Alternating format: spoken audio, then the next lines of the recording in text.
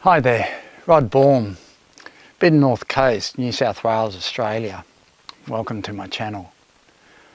You've probably heard of the saying, food for thought, which means that an idea or a subject is worth thinking about.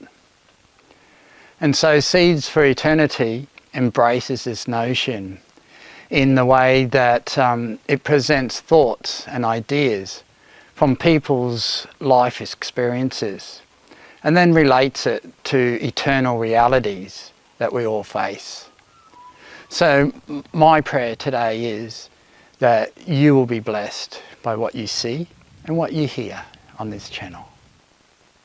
I'd like to talk today about beekeeping, because I've been a recreational beekeeper for about the past 5 years.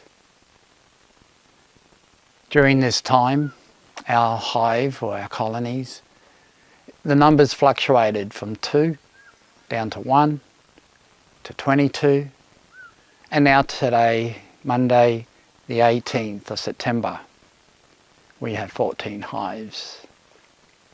I'll give you a flyby.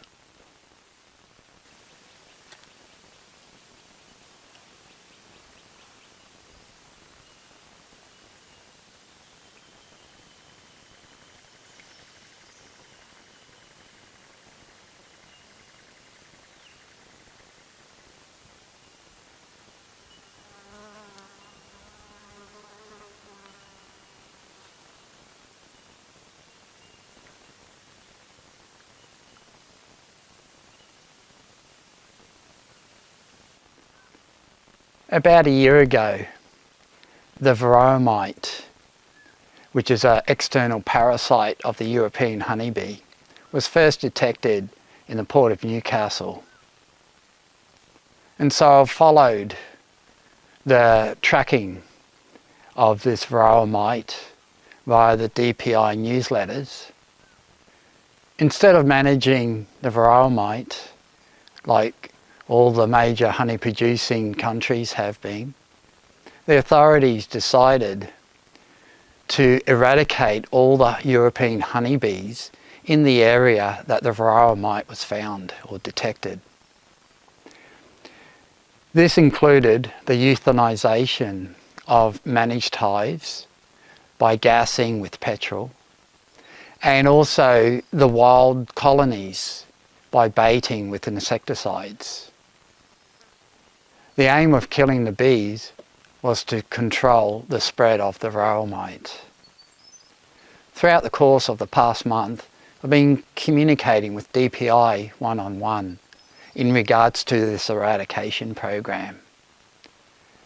You see, I live in a red zone, and a red zone is a zone that they make when they detect the varroa mite. They put a 10-kilometre radius around that, and they call that a red zone. And what that means is, if you live in the red zone and you manage hives, all your bees will be exterminated.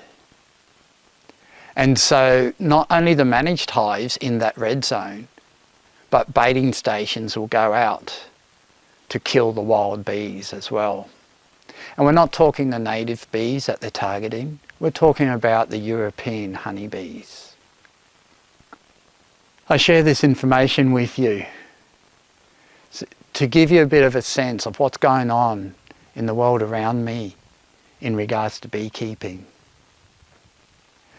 So I woke up this morning and the thought came to me, this is the last day that my bees will live. There will be no tomorrow for them, and they're oblivious to that. This got me thinking on a bigger scale, the scale of eternity. There are thousands of people today who will wake up this morning and they don't have a clue that there will be no more tomorrow for them. I could be one of them. The Bible teaches that when a person dies, they lose consciousness and they have no connection with reality from then on. Jesus described it as a deep sleep. Why is this topic important? It's important because while we're alive, we have the ability to choose the gift of eternal life. Imagine living in a place where there's no more death, no more sorrow, no more pain. To keep it simple, the choice to live for eternity is to accept the friend request of our Creator God. I believe this is the most important decision we'll ever make in our lives because our eternal destiny depends on it. And there's no changing one's mind in the grave. And we don't know when our time's up. Come, I'll show you my bees.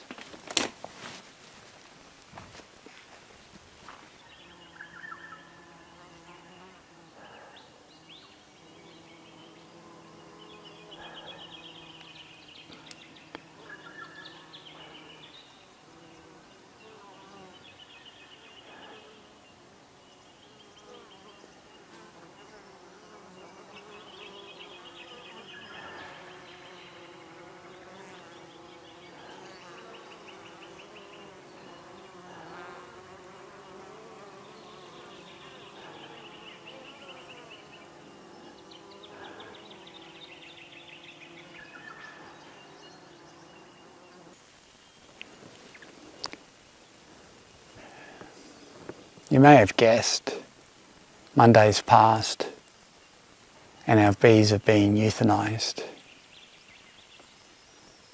I'm sitting where our bees were once buzzing with life, only to hear the weird sound of silence. In the course of my communication with DPI, I asked them to move the hives on the night of euthanisation.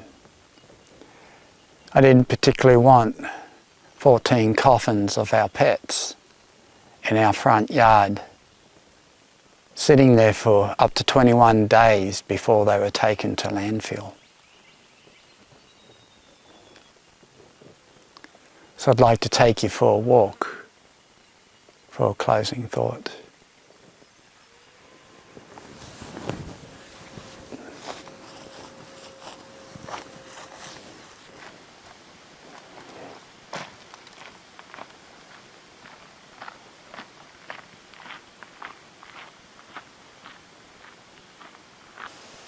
On Wednesday, I received news from New South Wales DPI that the decision has been made to stop the eradication of the bees in the red zones to transition to the management of the varroa mite where detected.